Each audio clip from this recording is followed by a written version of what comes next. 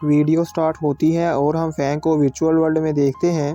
तभी वहां पर अनाउंसमेंट होती है और फैंग को बताया जाता है ट्रायल टावर के सेकंड फ्लोर का स्टेज बी टेस्ट स्टार्ट हो गया है और हमें पता चलता है कि फैंग की फाइट आर्म ड्रैगन के साथ होने वाली है।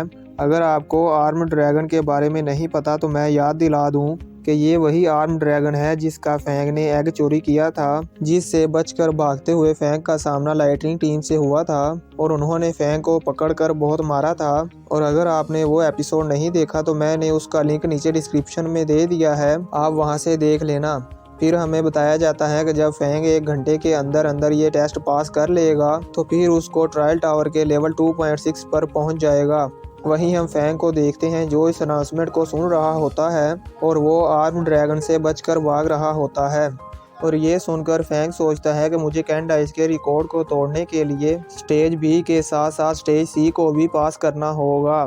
तभी फैंग रुक जाता है और ड्रैगन उससे आगे निकल जाता है, पर वो ड्रैगन बहुत तेजी के साथ घूमकर फैंग को अपनी टेल के साथ हिट करता है और फैंग एक खाई में जाकर गिरने लगता है, पर फैंग स्वॉर्ड को यूज करके गिरने से बच जाता है। तभी एक और आर्म ड्रैगन नीचे से जंप करके फैंग को खाने लगता है, तो फैंग उसे देख लेता है और वहां से साइड हो जाता है और एक वायर को पकड़कर बचने की कोशिश करता है, पर वो वायर टूट जाती है और फैंग नीचे गिरने लगता है। तो ड्रैगन अपनी पूरी पावर लगाकर जंप करता है जिससे फैंग को एक जोरदार टक्कर लगती है और फैंग ऊपर आसमान की तरफ बहुत स्पीड से जाने लगता है। तो फैंग अपने आप को संभाल लेता है और नीचे आने लगता है। तो फैंग 9 लाइटिंग स्वॉर्ड के लेवल 3 को यूज करता है और स्पीड से आकर आर्म ड्रैगन को हिट करता है, जिससे वहां पर बहुत बड़ा ब्लास्ट होता है और ड्रैगन की पूरी बॉडी में लाइटनिंग चमकने लगती है और वो ड्रैगन डेड हो जाता है। तभी वहां पर अनाउंस होता है कि फैंग ने स्टेज बी का टेस्ट पास कर लिया है और ट्रायल टावर का लेवल इंक्रीज होकर 2.6 हो गया है।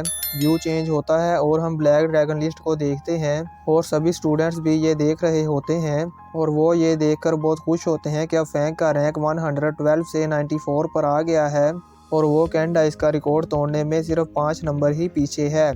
हम फैंग को देखते हैं जहां उसे बताया जाता है कि अब उसका स्टेज सी टेस्ट स्टार्ट होता है और अब उसे 4 आर्म ड्रैगन को किल करना होगा। तभी वहां पर वो चारों आर्म ड्रैगन आ जाते हैं और फैंग को चारों तरफ से घेर लेते हैं। तो फैंग सोचता है कि एक ड्रैगन को किल करने में मुझे आधा टाइम लग गया है और अब इस थोड़े से टाइम में मैं इन सबको कैसे किल करूंगा, पर फिर भी वो फाइट के लिए रेडी हो जाता है और एक ड्रैगन पर अटैक करने के लिए आगे बढ़ता है। तभी व्यू चेंज होता है और हम स्टूडेंट्स को देखते हैं। तो जोरवा कहती है ऐसा लगता है कि फैंग को सिर्फ फर्स्ट मंथ में टॉप 100 में नहीं आना बल्कि उसने कैंडाइस का रिकॉर्ड तोड़ना है, इसीलिए उसे कैंडाइस का रिकॉर्ड तोड़ने के लिए 6 और स्टूडेंट से अगले रैंक पर आना होगा, तभी वो कैंडाइस का रिकॉर्ड तोड़ पाएगा। तो ये सुनकर विलियम कहता है ख्वाब मत देखो, जैसे जैसे रैंक इंक्रीज होता है वैसे ही डिफ़िकल्टी लेवल भी इंक्रीज होता है। और इससे भी ज़्यादा इम्पोर्टेंट बात यह है कि सी लेवल टेस्ट पास करने का रेट सिर्फ 5% है, बस कुछ ही स्टूडेंट्स ये टेस्ट पास कर पाते हैं। कैंडाइस भी ये देख रहा होता है।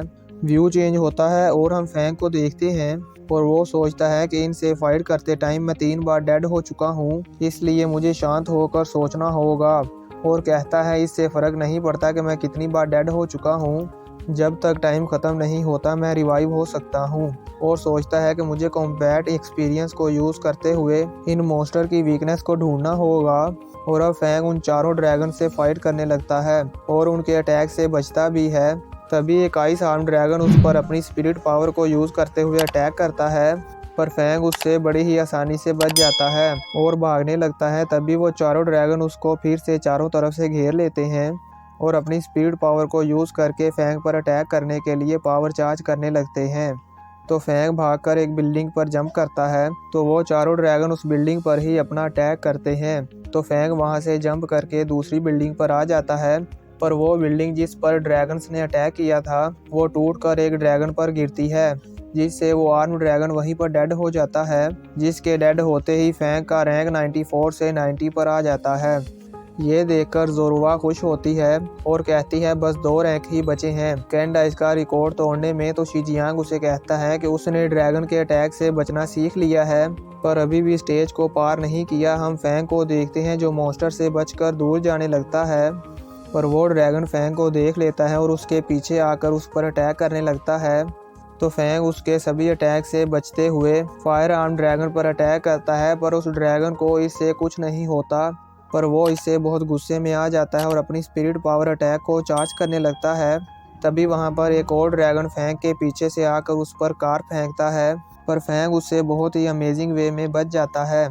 तभी वो फायर ड्रैगन भी अपना फायर अटैक फैंग पर करता है, तो फैंग जंप करके वहाँ से साइड हो जाता है, जिस वजह से वो अटैक सीधे जाकर दूसरे आर्म ड्रैगन के मुंह में लगता है और वो लेज़र अटैक उस ड्रैगन की बॉडी को दरमियान से काट देता है, जिससे वहीं पर वो ड्रैगन डेड हो जाता है। तभी वहाँ पर लाइटनिंग ड्रैगन आ जाता है और फैंग पर हमला करने लगता है, तो फैंग उससे बचकर अपनी लाइटनिंग स्वॉर्ड के लेवल 3 को यूज़ करता है और परफेक्ट बॉडी मूवमेंट को यूज़ करके बहुत ज़्यादा स्पीड के साथ बहुत सारे अटैक करता है, जिससे उस ड्रैगन पर लाइटनिंग आकर गिरती है और वो लाइटनिंग ज़मीन पर भी गिरती है, जिससे ड्रैगन के नीचे की ज़मीन टूटकर गिर जाती है और वहाँ पर खाई बन जाती है।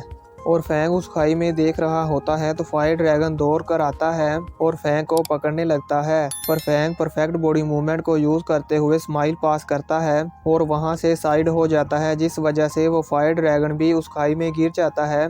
तभी हम रैंकिंग लिस्ट को देखते हैं, जहां फैंग का रैंक 19 से 68 पर आ जाता है। ये देखकर शीजियांग और जोरुआ बहुत खुश होते हैं और बाकी सारे स्टूडेंट्स को तो अपनी आंखों पर यकीन नहीं होता कि फैंग का रैंक अब 68 पर आ गया है।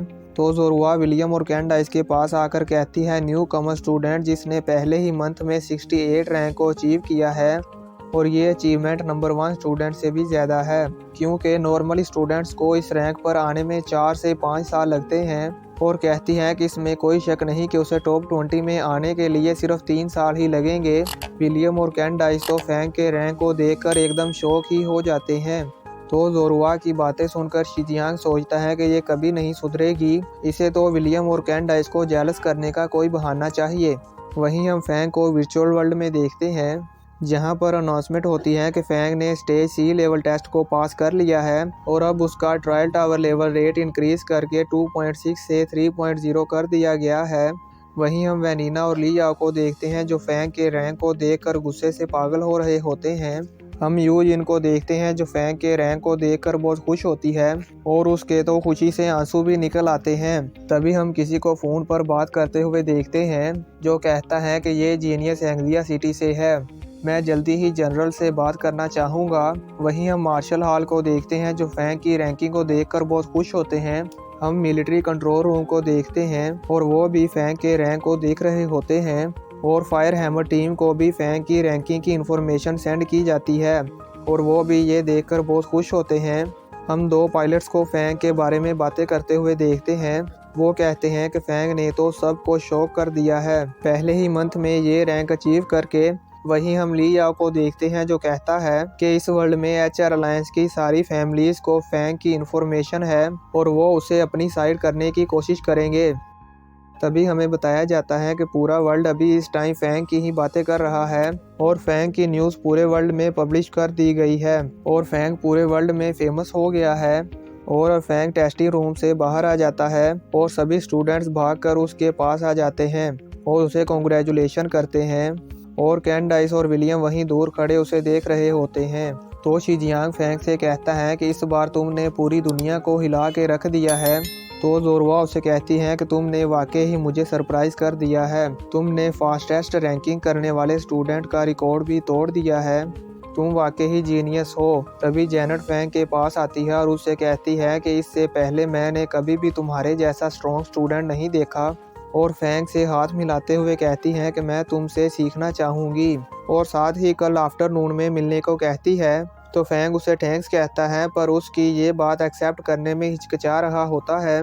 तो जोरुआ उसे कहती है कि जेनेट तुम्हें डेटिंग के लिए कह रही है, तुम इस अपॉर्चुनिटी को मिस मत करना और सारे स्टूडेंट भी उसे चेयर करते हैं। तो कैंडाइस ये देखकर वहाँ से चला जाता है।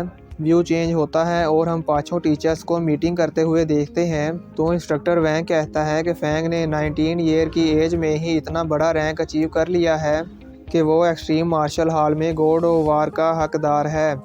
तो दूसरा टीचर कहता है, लेकिन वो तो न्यू कमर है, हमारे पास ऐसे स्टूडेंट्स की कमी नहीं है जिनकी स्ट्रेंथ गॉड ऑफ वार पर पहुंच चुकी है।